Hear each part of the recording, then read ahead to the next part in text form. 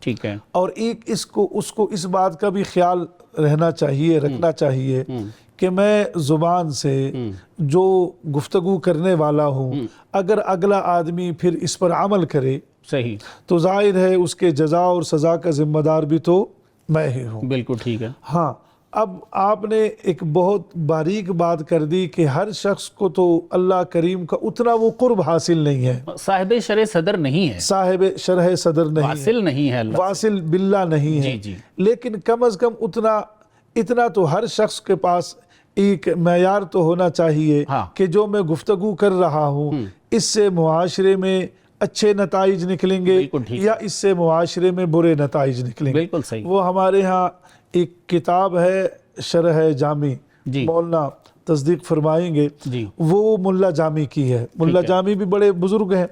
تو وہ شروع میں اس شعر کو لے کے آتے ہیں کہ جراحات السنان لها التیام ولا یلتام ما جرح اللسان، کہ زبان سے اگر آپ کسی کو زخم دے دینا تو وہ زخم جو ہے وہ جڑتا نہیں ہے. ٹھیک ہے. اور تلوار کا زخم جڑ جاتا ہے. ٹھیک ہے. تلوار کا جو زخم ہے وہ جڑ جائے گا طب کے ذریعے سے اور پٹی کے ذریعے سے، جبیرہ کے ذریعے. تو مطلب یہ ہوا کہ واعظ قوم ہو یا کوئی بھی شخص ہو، جب بھی وہ گفتگو کرے تو وہ اس سے پہلے ضرور سوچے. جس طریقے سے آپ نے وہ حضرت عقبہ بن عامر رضی اللہ تعالیٰ عنہ کی حدیث نقل فرمائی، یہ غالباً ترمذی کی ہے، کہ انہوں نے کہا یا رسول اللہ صلی اللہ علیہ وسلم نجات کس چیز میں ہے؟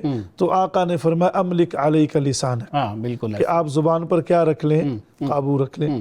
اور میرا بیسک سوال مفتی صاحب یہ تھا کہ اگر ہم خود واصلین درگاہ لم یزل سے نہیں ہیں، عام بندے ہیں، چلیں کچھ کتابیں ہم نے پڑھ لی ہیں لیکن اللہ کا جو قرب ہے وہ ہمیں حاصل نہیں ہے، تو کیا ہمیں لوگوں کے عقائد کی بنیاد رکھنی چاہیے؟ عقائد کی بنیاد تو یقیناً وہی شخص رکھ لے جو عقائد کے بارے میں از خود پہلے علم رکھتا ہو. ٹھیک ہے، بالکل صحیح. اور ظاہر ہے اس نے شرح عقائد ہے یا کوئی کتب کی کتاب قرآن کریم کے حوالے سے، توحید کے حوالے سے وہ کچھ شدھ بدھ رکھتا ہو. اور عام حالات میں اگر وہ آدمی اس طریقے سے کسی سے کوئی گفتگو کرتا ہے، کوئی خیر کے پہلو میں، کوئی نہیں، امت میں بگاڑ بڑھ رہا ہے نا اس وجہ سے کہ ہر بندہ تبلیغ کر رہا ہے بیٹھ کے، اور ہر بندہ جو تبلیغ کر رہا ہے عقائد کے حوالے سے، عقائد کے حوالے سے جو آپ فرما رہے ہیں، اگر وہ کوئی عقائد کے حوالے سے علم اور نالج رکھتا ہے اور اس پر اس کو دسترس اور گرفت ہے، اس کو کہنے کا بھی حق حاصل ہے. اور اگر نہیں تو وہ مجھے ایک بات یاد آ گئی، امام مالک رحمۃ اللہ علیہ فرماتے ہیں یہ بھی ایک علم ہے کہ آپ سے ایک آدمی کوئی مسئلہ پوچھے اور آپ کو اس کے بارے میں علم نہ ہو اور آپ فرمائیں کہ میں اس کے بارے میں نہیں جانتا. یہ بھی ایک علم ہے. یہ تو بہت بڑا علم ہے. ظاہر ہے جب آپ کہہ دیں کہ جی مجھے اس کا علم نہیں ہے تو مولانا روم نے ایک کلام فرمایا، آپ فرماتے ہیں کہ کہنے کے لیے بہت بڑی عقل کی ضرورت ہے لیکن خاموش رہنے کے لیے اس سے بھی بڑی عقل کی ضرورت ہے. تو یہ تو اس سے بڑا بندہ ہے جو کہتا ہے کہ مجھے پتہ نہیں ہے. اب قرآن حدیث پہ رائے دینا تو سختی سے منع ہے، یہ آپ نے میرے سے بہتر پڑھا ہوا ہے. لیکن میرا مسئلہ، بنیادی جو سوال ہے یا مسئلہ ہے وہ یہ پوچھنا چاہ رہا ہوں کہ جو لوگ قرآن حدیث پہ اپنی رائے سے اظہار کرتے ہیں اور اپنی رائے سے دوسروں کو بھی ظاہر ہے تبلیغ کرتے ہیں، تو کیا ان کو ایسا کرنا چاہیے؟ قطعاً ایسا نہیں کرنا چاہیے. جو قرآن کریم کے اور احادیث کے بنیادی علوم ہے پہلے وہ ان پر یقیناً دسترس حاصل کر لیں، خوب گرفت حاصل کر لیں، اس کے بعد وہ اور تقویٰ بھی اختیار کریں جس پہ اصل جو ہے وہ برتری کا معیار ہے. برتری کا معیار ہے. یہ جو رمضان ہے، آج کل کے ہمارے پروگرام رمضان کے چل رہے ہیں، آپ یقین جانیے اللہ کریم کہاں روزہ اور کہاں تقویٰ. یا ایھا الذین آمنوا کتب علیکم الصیام کما کتب علی الذین من قبلکم لعلکم تتقون. حصول تقویٰ ہے. یعنی یہ روزہ بھی ایک خاموشی ہے اور اس خاموشی کا معیار جو ہے وہ حصول تقویٰ قرار دیا جا رہا ہے. تو اسی طریقے سے جو شخص عقائد پر یا اسی طریقے سے اور بھی کوئی دینی اعتبار سے وہ گفتگو کرنا چاہتا ہے. ایک مہینے میں سر مفتی صاحب ہمیں کتنا تقویٰ سے حاصل ہو جاتا ہے، ہم اپنے روزوں کو جانتے ہیں نا جی. تو اگر 1 مہینے کے بعد ہم روزے رکھ کے ہم کہیں کہ ہم صاحب تقویٰ ہو گئے ہیں تو اب لوگوں کو راستہ بھی دکھانا شروع کر دیں. میں ذاتی طور پہ یہ سمجھتا ہوں کہ فرائض و واجبات تو بندہ بتا دے, ٹھیک ہے, اوامر و نواہی تو بتا دے, لیکن وہ جو جہاں پہ وہ ڈیپلی چیزیں ہیں نا جن سے ہم کٹتے ہیں, بٹ جاتے ہیں آپس میں, ان سے پرہیز کرنا چاہیے. میں آپ سے یہ عرض کرتا ہوں کہ آج کل کے ٹی وی پہ اور اس پہ جو ہمارے ہاں خود بھی ہم چینل پہ ہی بیٹھے ہوئے ہیں کہ یہ جو ذہن سازی ہے نا یہ تو ہم کر رہے ہیں, یہ بہت مناسب ہے, بس فتویٰ سازی نہ ہو. فتویٰ سازی نہ ہو, بالکل ٹھیک ہے. محمود صاحب یہ ارشاد فرمائیے کہ حضور صلی اللہ علیہ وآلہ وسلم 40 سال تک غار حرا میں جاتے رہے ہیں, تو آپ نے اس دوران کوئی تبلیغ نہیں فرمائی, حالانکہ ہمارا یہ ایمان ہے کہ پیغمبر تو پہلے دن کے نبی ہیں, پیغمبر ہیں اور حق آگاہ ہیں. پیغمبر حق آگاہ نہیں ہے تو کون ہے پھر؟ وہ حق آگاہی جو تھی جو آپ کو وہاں لے جاتی 40 سال تک, لیکن آپ نے تبلیغ نہیں فرمائی. کیا وجہ دیکھتے ہیں اس کی سر؟ اعوذ باللہ من الشیطان الرجیم, بسم اللہ الرحمن الرحیم. اللہم صلی علی سیدنا و مولانا محمد معدن الجود والکرم وعلی آلہ وصحبہ وبارک وسلم یا سلام. سب سے پہلے تو پروفیسر صاحب آج کا جو ٹاپک موضوع ہے سر وہ اتنا بڑا وسیع ہے سر, میں سمجھتا ہوں کہ اگر اس پر لوگ عمل کرنا شروع ہو جائیں تو تمام معاشرے کے اندر جتنا بگاڑ ہے بالکل ایسے اور جو افراتفری ہے اور جو ناچاکیاں ہیں یہ دور ہو سکتی ہیں. مفتی صاحب نے بڑے اچھے پیرائے کے اندر گفتگو کی. پہلے میں سمجھتا ہوں کہ میں ایک بات, جو پہلا کوسچن تھا آپ کا اس پر تھوڑی سی میں بات کر لوں. حضور سیدی و مرشدی غوث اعظم رحمۃ اللہ تعالی علیہ نے جو یہ فرمایا کہ جب تک خود جو ہے وہ خدا شناسی نہیں ہے تو اس وقت تک آپ دوسروں کو تبلیغ نہ کریں. بالکل ایسے. دیکھیں علم 2 قسم کا ہے. صحیح. ایک ہے علم ظاہر اور ایک ہے علم باطن. سبحان اللہ. اور تصوف کے اندر اگر آپ غوطہ زن ہوں تو اس میں جو صوفیاء ہیں ان کا طریق یہی رہا ہے کہ علم ظاہر حاصل کرنے والے یعنی قرآن اور حدیث کو وہ علم ظاہر پر کرتے ہیں کہ علم ظاہر یہ ہے. تو یہ علم حاصل کرنے کے بعد پھر ہمارے اکابر علماء ائمہ اور جتنے بھی ہیں وہ صوفیاء کی درگاہوں کی طرف رجوع کرتے تھے اور وہاں پر جا کر کے تزکیہ نفس حاصل کرتے تھے اور علم باطن حاصل کرتے تھے. اب حضور غوث پاک کا یہ جو فرمان ہے, ارشاد ہے, وہ یہی ہے کہ جب تک آپ کا نفس خود یعنی کہ پہچان نہیں رکھتا ہے, وہ ہے کہ من عرف نفسہ فقد عرف ربہ, یعنی کہ جب تک آپ اپنی پہچان آپ کو نہیں ہے تو آپ کسی اور کی پہچان کسی کے سامنے کیوں رکھ رہے ہیں. تو یہ علم باطن اور علم تصوف کی بھی بات, جہاں وہ عقائد کی بات کر رہے ہیں وہاں علم تصوف کی بھی بات کر رہے ہیں. بالکل ایسے کہ آپ کا باطن خود پاک نہیں ہے, ایسے ہی ہے, اور آپ بہت بڑے پیر اور بہت بڑے وہ بنے پھرتے ہیں. بالکل ایسے. تو جب آپ کا اپنا من جو ہے صاف نہیں ہے تو دوسروں کو کس طرح صاف کر سکتے ہیں. بالکل ایسے. بالکل. دوسری بات علم ظاہر سے ہے کہ علم ظاہر پر جب تک یعنی وہ بندہ قرآن کی تفسیر نہیں کر سکتا ہے جب تک قرآن کے تمام جتنے ماخذ ہیں سارے وہ نہیں جان سکتا تو اس وقت تک وہ ترجمہ اور اس کو تفسیر کرنے کی اجازت نہیں ہے. تو ایک تو یہ. دوسرا یہ ہے کہ جتنا آپ کو علم ہے, جس طرح مفتی صاحب نے بات کی, جتنا علم ہے اتنا آپ بتائیں لوگوں کو. آپ اس سے بڑھ کے اپنے آپ کو ظاہر کر کے کہ میں بہت بڑا مفتی ہوں, میں بہت بڑا فاضل ہوں, اپنا ایک وہ سلسلہ قائم کرنے کے لیے یہ کبھی بھی نہ کریں, چونکہ اس سے کیا ہوگا کہ اس سے جو ہے وہ معاشرے کے اندر بگاڑ پیدا ہوگا. بالکل ایسے. اور ظاہر پیدا ہو جائے گی. جی اور یہ ہو گئی ہے. بالکل ایسے. دوسری بات آپ نے جو ارشاد فرمائی کہ انبیاء جو ہیں نبی پاک صلی اللہ علیہ وسلم کو 40 سال کے بعد جو ہے پھر آپ نے باقاعدہ تبلیغ فرمائی ہے, پہلے کیوں نہیں؟ نبوت کا چونکہ اعلان بھی آقا علیہ السلام نے 40 سال کے بعد کیا. جی اچھا, پہلے تو یہ بات ہمیں سمجھنے کی ضرورت ہے کہ 1-2 انبیاء کے علاوہ اللہ تبارک و تعالیٰ نے تمام نبیوں کو 40 سال کے بعد جو ہے وہ نبوت کا اعلان اور تبلیغ کے حوالے سے اللہ تبارک و تعالیٰ نے امر فرمایا. سبحان اللہ. واہ.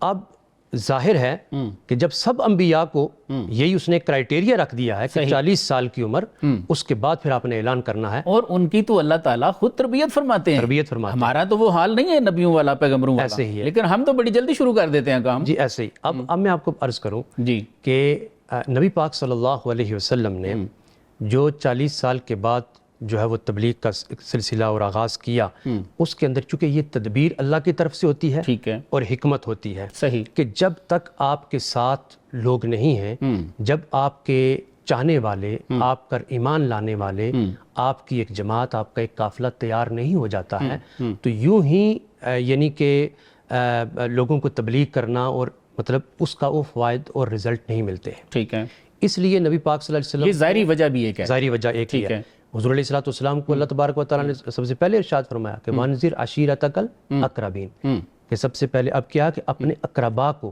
ہاں ڈرائیے اور میرا پیغام صحیح ہے۔ پہنچائیے۔ تو نبی پاک صلی اللہ علیہ وسلم نے سب سے پہلے ہاں سیدہ خدیجہ ہاں سلام اللہ علیہا صحیح ہے۔ اور مولا کائنات وہ کو، صاحب مجھے یہ فیل ہوتا ہے کہ جو باطنی معاملات ہیں نا وہ بھی تکمیل کو جب تک نہیں پہنچتے نا، یعنی ہم دیکھتے ہیں کہ پہلی جب وہی آئی ہے تو جبریل علیہ السلام وہ کلمات لے کے آئے ہیں، تو وہ 40 سال سے پہلے تو وہ بھی سلسلہ میں نظر نہیں آتا نا، نہیں آتا۔ تو جیسے ہی وہ روحانی طور پہ معاملات اپنی تکمیل کو پہنچتے ہیں تو پھر ہی حکم ہوتا ہے کہ جی اب ڈرائیں آپ لوگ۔ دیکھیں میں آپ کو بتاؤں کہ وہ تو ظاہر ہے جب وہ 40 سال سے پہلے ساری چیزیں ہو چکیں، جی مکمل ہو چکی، جی نبی پاک صلی اللہ علیہ وسلم کو اللہ تبارک و تعالیٰ نے تیار کر لیا۔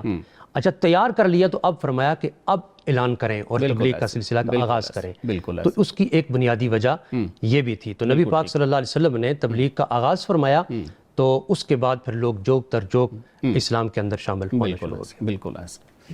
جی ناظرین، ایک وقفے کے لیے کہا جا رہا ہے، ہمارے ساتھ رہیے گا۔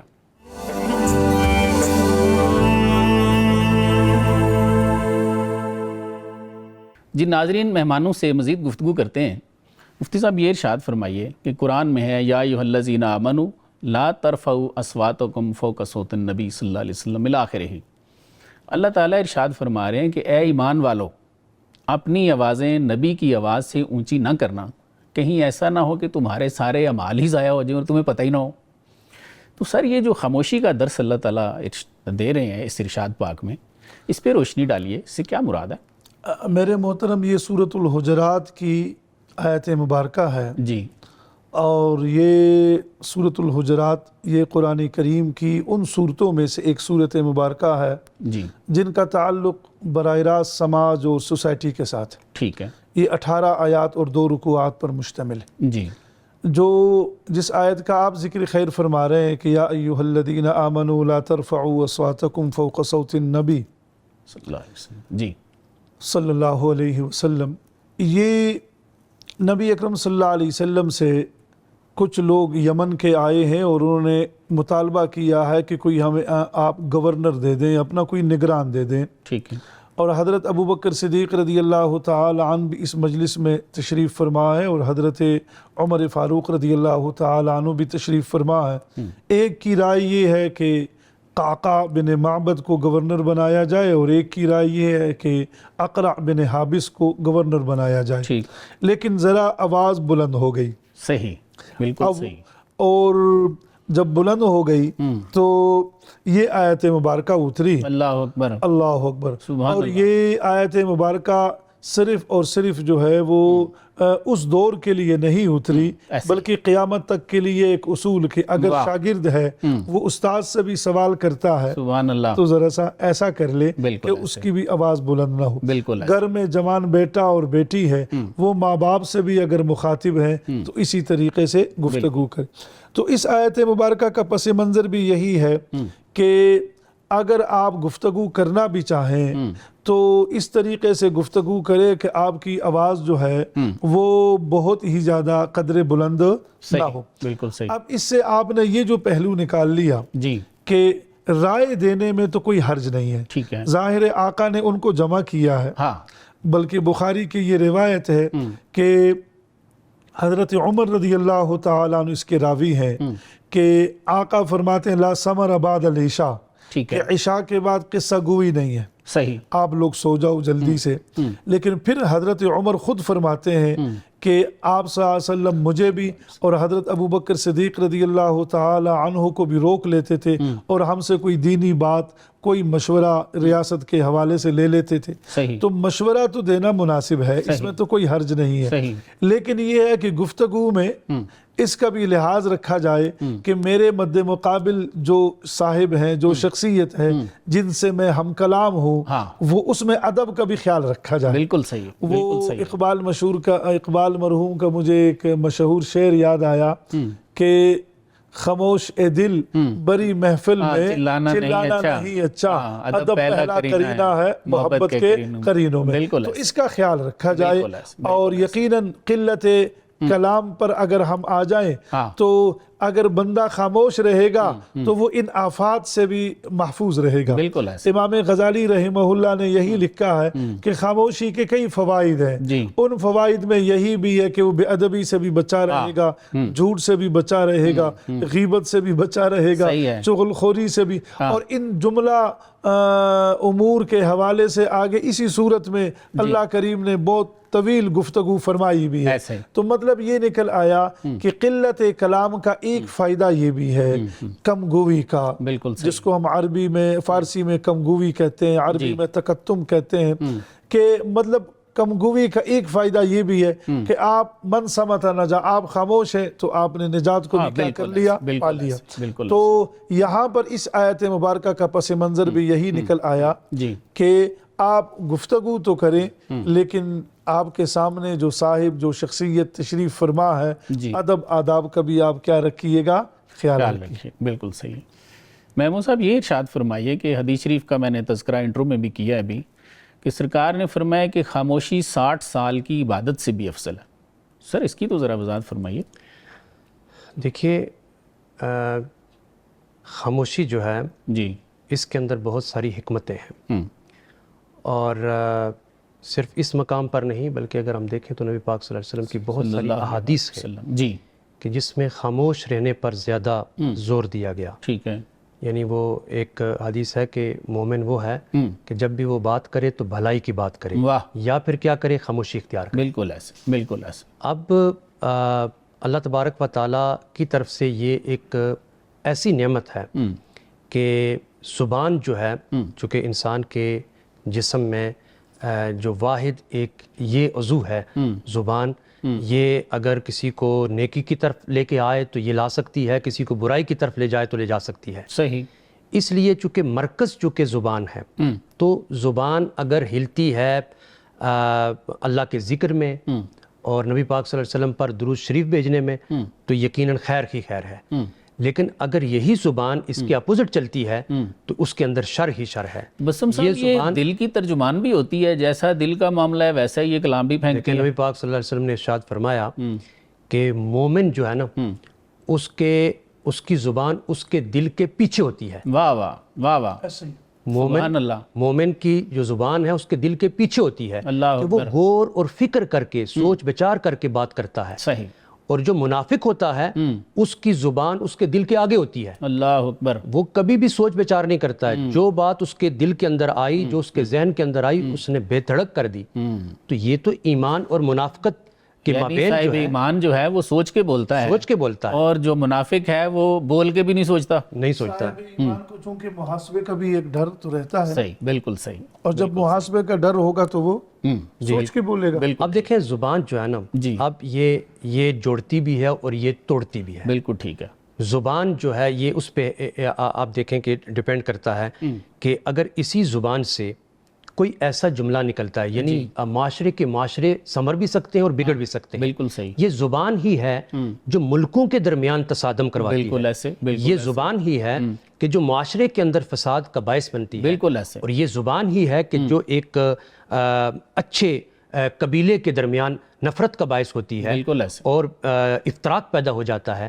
یہ زبان ہی ہے کہ جو انسانوں کو, ٹوٹے ہوئے انسانوں کو جوڑ دیتی ہے. بالکل ایسے. یعنی کلمہ خیر جو ہے, آگے نہیں جاتے, ہماری امت میں جو اتنے ہم فرقے بن گئے ہیں اور بٹ گئے ہیں, تو یہ کیا زبان کی مہربانی نہیں ہے پیچھے سے؟ کئی زبانوں کی مہربانی ہے, کئی زبانوں کی ہے. جی. تو اس لیے نبی پاک صلی اللہ علیہ وسلم نے ارشاد فرمایا کہ خاموشی جو ہے وہ 40-60 سال سبحان اللہ کی عبادت سے اس سے بہتر ہے. بالکل. اب دیکھیں نا کہ اس میں اگر دیکھیں تو خاموش رہنے میں کتنی حکمت ہے. ایک تو یعنی خاموشی دو قسم کی ہے. صحیح. صوفیہ کہتے ہیں کہ خاموشی ایک تو زبان کی خاموشی ہے واہ واہ واہ, اور دوسرا آپ کے دل کی. واہ واہ واہ واہ, بالکل ایسے جی. بالکل ایسے. اب زبان کی جو خاموشی ہے وہ یہ ہے کہ زبان سے اگر کوئی کلمہ خیر نہیں نکلا تو ظاہر ہے اس کو خاموش رہنے کے لیے کہا گیا ہے, اور جو دل ہے دل میں کوئی وسوسہ نہیں آیا تو پھر خاموش ہے. خاموش ہے. سبحان اللہ, واہ واہ. جی ناظرین, ایک وقفہ لیتے ہیں, وقفے کے بعد دوبارہ حاضر ہوتے ہیں.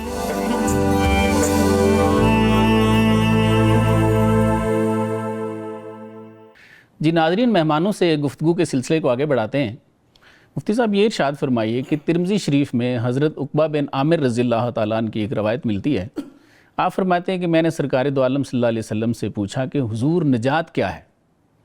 تو جواب میں آپ صلی اللہ علیہ وسلم نے ارشاد فرمایا کہ اپنی زبان کو قابو میں رکھو, نجات پا جاؤ گے. سر اس کی وضاحت فرمائیے. میرے محترم, یہ مشہور ترین حدیث میں سے ایک یہ حدیث مبارکہ ہے. جی. آپ صلی اللہ علیہ وسلم سے انہوں نے سوال کیا جی. اور آقا نے 3 باتوں کی طرف رہنمائی فرمائی. جی. ایک تو فرمایا املک علیک لسانک, واہ, آپ زبان پر قابو رکھیں. ٹھیک. یعنی جب آپ بولیں تو تول کر بولیں, واہ, جب آپ بولیں قسم ہے, قدم ہے, قلم ہے, سوچ سمجھ کر اٹھائیں. اور آپ جب گفتگو کریں تو اس پر گرفت بھی ہو, چونکہ وہ عربی زبان کا ایک ضرب المثل ہے, من کثر کلام و کثر غلط ہو. بالکل ایسے. جب گفتگو زیادہ ہونا تو پھر اس غلطیاں میں زیادہ ہیں. غلطیاں بھی کیا ہوتی ہے, بالکل زیادہ ہوتی ہے. اور جیسے وہ محترم علامہ صاحب نے ارشاد فرمایا, وہ دوسری حدیث ہے جی. کہ آقا فرماتے من کان یؤمن باللہ والیوم الاخر فلیقل خیرا او لیصمت. سبحان جو اللہ. اللہ پر اور یوم آخرت پر ایمان رکھتا ہے یا وہ خیر کی بات کہے, یا خاموش اور رہے. اگر اس کے پاس خیر کی بات نہیں ہے تو پھر یہ جو خاموشی ہے یہ بھی اس کے لیے عبادت ہے. بالکل ایسے. چونکہ ایک حدیث میں پڑھ رہا تھا کہ الصمت ارفع العبادہ, کہ جو خاموشی ہے یہ سب سے بلند ترین عبادت ہے. سبحان اللہ, واہ. یعنی آپ خاموش رہ گئے مجلس میں تو آپ یہ روزہ لے لیں. ایک شخص سے آپ نے سوال کیا کہ آپ کا روزہ ہے, اگر وہاں ضرورت نہیں ہے تو یہ روزہ مخفی عبادت ہے. اس نے آپ کو کہا جی میرا روزہ ہے, تو اس مخفی عبادت کو وہ کھلی عبادت میں تبدیل کر گیا آپ کی وجہ سے. صحیح. اور اگر اس نے کہا کہ میرا روزہ نہیں ہے تو اس کو آپ نے جھوٹ بولنے پر مجبور کر دیا. بالکل صحیح. اور اگر اس نے اس میں کوئی ہیلا, کوئی تصنع, کوئی, تو گویا اس نے ایک مومن کے ساتھ گفتگو کرنے میں تکلف سے کام لے لیا. جی. تو بہت ساری باتیں کہاں سے پیدا ہوئی, صرف بولنے سے پیدا ہوئی. تو آقا نے حضرت عقبہ سے یہ ارشاد فرمایا املک علیک لسانک, سب سے پہلے تو آپ زبان کو قابو میں رکھیں. بالکل. اور جیسے حدیث میں بھی آتا ہے کہ صبح سویرے یہ جسم کے تمام اعضاء زبان کے آگے ہاتھ معافی مانگتے ہیں. ایسے ہی ہے. چونکہ آپ کی وجہ سے پھر ہم نے بھگتنا ہے, تو مہربانی کرنا ذرا. مہربانی کرنا ذرا سا. بالکل ایسے. اور ایک یہ ہے کہ زبان پر اگر واقعی جب انسان زبان پر قابو رکھتا, آقا جو یہ فرماتے ہیں کہ آیت المنافق الثلاث, جس طرف محترم اشارہ دے رہے تھے کہ منافق کی 3 نشانیاں ہیں. اذا حدث کذب, گفتگو کرے تو جھوٹ بولے, وعد اخلف, وعدہ کرے اؤتمن خانہ. ان کا بھی تعلق زبان کے ساتھ ہے, کیونکہ وہ جھوٹ کدھر سے بولے گا, زبان کے ذریعے سے. اور ایک یہ بات ارشاد فرمائی کہ آپ کوشش کریں گھر میں رہنے. تو جب وہ گھر میں رہے گا تو یہ بھی قلت کلام کے لیے ایک وجہ ہی ہے. بالکل. اور وبکی علی خطیئتک. اور تیسری بات جو یہ ارشاد فرمائی کہ جو آپ کی غلطیاں ہیں ان پر آپ کیا کریں, روئیں. یہ ویسے بھی آخری عشرہ ہے, یہ وبکی علی خطیئتک کے لیے بہترین راتیں بھی ہیں اور بہترین دن بھی ہیں. واہ واہ, بہت خوب. تبسم صاحب یہ ارشاد فرمائیے کہ ابن ماجہ میں حضرت عبداللہ ثقفی کی ایک روایت ہے. آپ فرماتے ہیں کہ میں نے سرکار دو عالم صلی اللہ علیہ وسلم سے پوچھا کہ حضور ہمارے بارے میں آپ کو کس چیز کا ڈر ہے؟ تو آپ صلی اللہ علیہ وسلم نے زبان کو پکڑ کے فرمایا کہ اس کا. تو سر یہ فرمائیے کہ یہ زبان کی جو خاموشی ہے یہ کس طرح حاصل ہو بندے کو؟ سب سے پہلے تو اس کی پریکٹس جو ہے اس کے لیے نبی پاک صلی اللہ علیہ وسلم نے خود غار حرا کے اندر, سبحان اللہ, واہ واہ, وہاں پر ایک وقت گزارا. واہ واہ. اور دوسرا جو یہ ایام چل رہے لَقَدْ كَانَ لَكُمْ فِي رَسُولِ اللَّهِ أُسْوَةٌ حَسَنَةٌ. واہ واہ. سب سے بیسٹ چیز تو یہی ہے کہ نبی پاک صلی اللہ علیہ وسلم کے اسوہ حسنہ پہ چلا جائے. بے شک. واہ. بہت دیر تک خاموش رہتے. سبحان اللہ. مجھے اس پہ ایک شعر یاد آ رہا ہے. علامہ صاحب فرماتے ہیں مصطفیٰ اندر ہرا خلوت گزید، حضور صلی اللہ علیہ وآلہ وسلم نے ہرا میں خلوت اختیار فرمائی، مدت جز خیشتن کسرہ نہ دید، اور ایک زمانہ اپنے علاوہ کسی کو نہیں دیکھا. سبحان اللہ سبحان اللہ. سر تو دیکھیں سب سے پہلی تو یہ ہے کہ پہلی واضح مثال ہمارے سامنے، چونکہ ہمارے لیے رول ماڈل نبی پاک صلی اللہ علیہ وسلم، صحابہ اکرام، اہل بیت، ائمہ، تو نبی پاک صلی اللہ علیہ وآلہ وسلم نے وہاں پر خاموشی کی پریکٹس کی ہوئی ہے. سبحان اللہ. واہ واہ. ٹھیک ہے جی. واہ واہ. اس کے بعد صرف وہاں تک نہیں، امت کے لیے ایک بہترین جو ہے وہ تعلیم بھی فرمائی. جی. اور وہ کیا ہے؟ وہ ہے اعتکاف کے دنوں میں سبحان اللہ. واہ واہ. معتکف ہو جانا. واہ واہ. یہ خاموشی کی ایک بہترین پریکٹس ہے. کیا حال ہے. بالکل ٹھیک ہے. اور اس کے ساتھ ساتھ میں بتاؤں کہ بہت سارے صوفیاء اور صحابہ اکرام رضوان اللہ تعالی علیہ مجمعین کے اقوال موجود ہیں. بالکل ایسے. سیدنا صدیق اکبر رضی اللہ تعالی عنہ اپنے منہ پر کنکریاں رکھتے تھے اللہ اکبر. کہ میں ایسے ہی نہ بولوں، کیونکہ اس سے کیا ہے کہ جو ہم زبان سے بول رہے ہیں، دیکھیں ہر چیز کا حساب دینا ہے نا. بالکل ایسے. ابھی اس وقت جو ہم بول رہے ہیں اس کا بھی حساب دینا ہے ہم نے. بالکل ایسے. بالکل ایسے. یعنی زبان سے نکلے ہوئے الفاظ جو ہیں وہ ان کا جو اثر ہے برا بھی پڑتا ہے اور اچھا بھی پڑتا ہے. بالکل بالکل. ٹھیک ہے جی. جی. تو نبی پاک صلی اللہ علیہ وسلم کی جو ہستی ہے ہمارے لیے بہترین نمونہ ہے. سبحان اللہ. اگر ہم نبی پاک صلی اللہ علیہ وسلم کو فالو کریں، کیونکہ ہم مسلمان ہیں، آپ صلی اللہ علیہ وسلم کے امتی ہیں، تو ہمیں صرف برائے نام اور روایتی چیزوں کو نہیں لے کے چلنا چاہیے، بالکل ایسے. بلکہ 100% عمل کریں گے تو پھر یہ نہیں کہ ان کا اثر بھی ہماری جو ہے نا وہ ذاتوں کے اوپر ہوگا.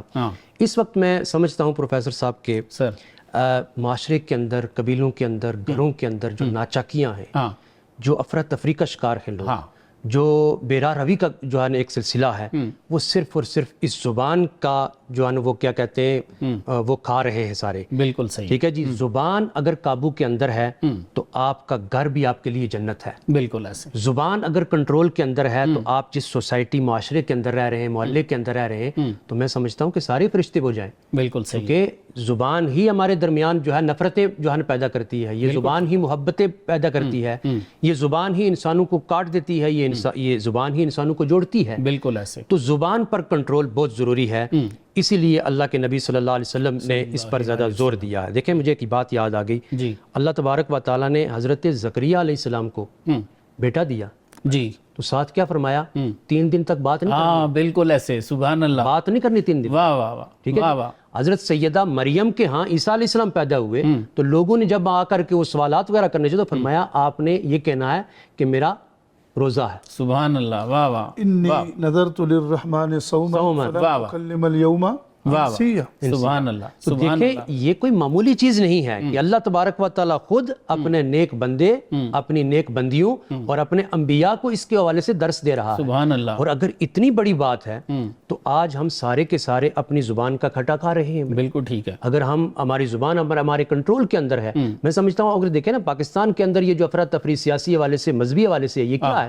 بالکل. یہ ایک دوسرے پر بیان بازی کرنا زبان سے ہی تو ہے نا. زبان سے. ٹھیک ہے جی. تو اگر اس پہ کنٹرول ہو جائے تو ہمارا معاشرہ سنور سکتا ہے. بالکل صحیح. اور میں سمجھتا ہوں کہ یہ آج کے جو یہ ہمارا موضوع تھا یہ بہت بڑا وسیع ہے سر. اور اس پر ہمارے معاشرے کے اندر ہر چھوٹے بڑے، پڑھے لکھے، ان پڑھ، سب کو اگر اس پر عمل کر لیں، بڑا بہترین نسخہ ہے کہ آپ خاموش ہو جائیں. بالکل صحیح. اچھا اس کے اندر 2 باتیں ہیں. دیکھیں آپ کی جو شخصیت ہے جی، اس کے 2 بڑے حسین پہلو ہیں. ایک تو آپ کی شخصیت اس وقت تک نکھر کر کے سامنے آتی ہے کہ جب ظاہری آپ کا لباس اور آپ کا جو پہناوا ہے جی جی وہ کسی کے سامنے جاتا ہے تو یقیناً لوگ کہتے ہیں جی کہ بہت اچھا انسان محسوس ہوتا ہے. لیکن اس سے بڑی خوبصورتی یہ ہے کہ جب آپ زبان سے کوئی جملہ نکالتے ہیں تو آپ کی شخصیت اگر تو اچھے جملے نکالتے ہیں تو شخصیت نکھر کر کے سامنے آتی ہے، لیکن اگر اس کے بالکل اگینسٹ ہے تو پھر آپ کا پتہ چل جاتا ہے. سعدی رحمۃ اللہ علیہ نے فرمایا نا، تا مرد سخن نہ گفتہ باشد. جب تک بندہ بات نہیں کرتا تو عیب و ہنرش نہ ہفتہ باشد. اس کے عیب ہوں یا خوبیوں وہ چھپے رہتے ہیں. بالکل. جی ناظرین، آپ نے ہمارا آج کا پروگرام دیکھا. آج کے پروگرام کا لب لباب یہ ہے کہ حضور صلی اللہ علیہ وآلہ وسلم نے 40 سال تک خاموشی یا کم گوئی اختیار فرمائی. آپ نے تبلیغ بھی نہیں فرمائی، حالانکہ پیغمبر تو پیدائشی پیغمبر ہوتے ہیں. اللہ کے پاک لوگ بھی جب تک ان کو اللہ کی بارگاہ سے معاملات نصیب نہیں ہو جاتے، علماء ظاہر کے بالکل برعکس ہرگز تبلیغ نہیں فرماتے. غوث اعظم رحمۃ اللہ علیہ نے اسی بات کی تعلیم دیتے ہوئے فرمایا لا کلاما حتیٰ یکون عندک دہشتم بقربہ، یعنی خبردار خاموش رہنا اور واز نہ کرنا جب تک تجھے اللہ کے قرب کی مدوشی حاصل نہ ہو جائے۔ اور یہ قرآن کی روح ہے کہ اللہ نے قرآن میں نہیں فرمایا کہ جسے میں ہدایت دینا چاہتا ہوں اس کی شرح صدر کرتا ہوں، اور شرح صدر کیا ہے؟ وہ اللہ تعالیٰ کی طرف سے نور ہے۔ بس جب تک اس کی شرح صدر نہیں ہوتی اس وقت تک اس کو خاموش رہنا چاہیے، اور جب حق آگاہ ہو جائے تو اب وہ بھی تبلیغ کرے۔ انبیاء اور اولیاء کا طریقہ یہی ہے، اس سے پہلے خاموش رہے۔ مولانا روم رحمۃ اللہ علیہ بھی یہی درس دیتے ہیں۔ آپ فرماتے ہیں مدت بائدش لب دوختن از سخن گویاں سخن آموختن، فرماتے ہیں بھائی ایک زمانے تک اپنے ہونٹ سی کے رکھو اور خاموش رہو۔ جن سخن گو لوگوں کو اللہ نے تبلیغ پہ لگایا ہوا ہے ان سے سخن سیکھو، جب سیکھ لو گے پھر تم بھی بولا کرنا۔ اس کے ساتھ ہی میں اپنے معزز مہمانوں کا شکریہ ادا کرتا ہوں۔ سر آپ دونوں کی تشریف آوری کا بہت شکریہ۔ ناظرین اپنے میزبان کو بھی اجازت دیجیے، اللہ حافظ۔